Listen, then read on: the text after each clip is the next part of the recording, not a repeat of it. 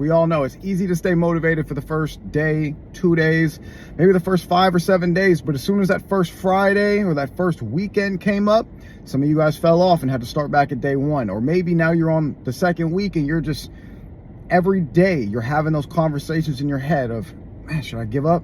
I don't know if I could do this. And I just want you to take a step back real quick. And I want you to really consider this, man, is divorce how you feel with what needs to be done. I get so passionate when I talk to you guys because I see a lot of myself in you guys.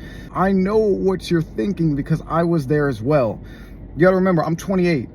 Back when I was 18, 19, 20, 21, 22, before any of you guys knew who the fuck I was in the trenches struggling with these same mindsets.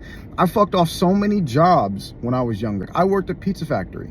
And I can't remember if I got fired or if I was about to get fired and I quit so that I could save my ego. But either way, I damn near got fired from Pizza Factory because I would wake up and I didn't feel like going to work. So I would call in, I'd make some bullshit excuse. A task needed to get done, but I was relying on how I felt that day, on whether I was gonna show up and do what I committed and promised myself to do. I've lost so many jobs because I focused on how I felt versus doing what needed to be done no matter what. And I see the same issue in my clients, and this is why I hammer hard on this, because if you don't get the skill down, I'll tell you what's gonna happen is you're gonna be that person that's always starting and stopping. You start when you're motivated and you give up as soon as you're not feeling it anymore. And it's delusional because the reality is you're not gonna feel like doing it all the time, especially over the course of 60 days, a 60-day challenge.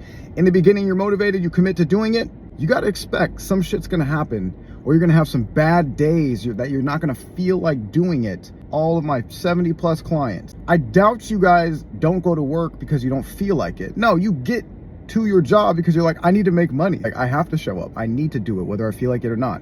If you're in college, if you only went to class when you felt like it, or if you only did the assignments that your professor told you to do when you felt like doing it, when it was a good day, man, you would never get your degree. You're able to be disciplined in these other areas, in work, in school. But for some reason, when it comes to fitness, you guys are all in your feelings about it. You need to be motivated to do it.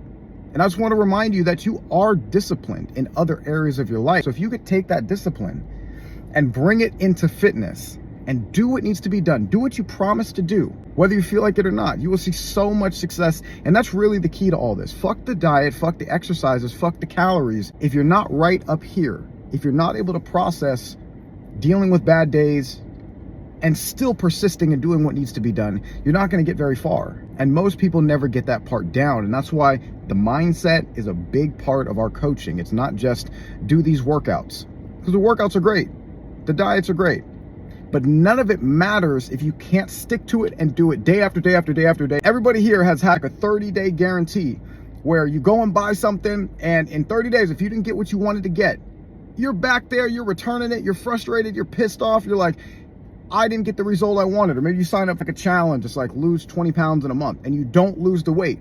Man, you're asking for your money back. But not once have you ever asked for your money back from yourself. Think about that. When you make promises to yourself that I'm going to do this thing, I'm going to lose weight, I'm going to do these things, and then when you don't do it, you never check yourself for it. We always let ourselves off the hook, and I know from experience, we let ourselves off the hook with justifications, with rationalizing, with saying we tried our best, that we did good enough, or just blaming everybody else entirely and saying, man, it had nothing to do with me. It was all the trainer's fault. It was all the product's fault. Couldn't have possibly been me. No self-reflection needed because I'm perfect. And I know you guys aren't cocky like that. You guys do self-reflect. The results come to the person who's able to consistently do what they need to do, whether they feel like it or not.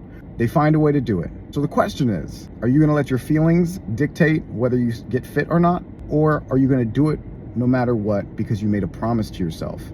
And your own self-respect of keeping a promise that you made to yourself is the most important thing, more than any of these superficial goals like weight loss and muscle building. Fuck all of that.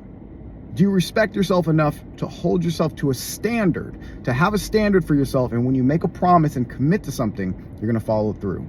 All the ladies who are married, imagine going into marriage thinking that's gonna be sunshine and rainbows, you're never gonna have an argument or a disagreement. You would be divorced very quickly, right? And you learn very quickly marriages and relationships are ups and downs. There's back and forths. There's compromises. There's good days and there's bad days. There's rough patches. But if you go into marriage expecting that, man, there's going to be some hard times, but I committed to this man or I committed to this woman that I'm going to see it through till the very end, that's when you get that love that's not even existent these days. That's rare. Treat fitness the same way you treat school, you treat your job, and you treat your marriage. Now, if you're single, unemployed, you've never gone to college, and you're overweight, I don't know what to tell you, but I tried to use some good references there, some good analogies. Oh, that should be your motivation for the day. I got to get to kickboxing class. I'll see you guys later.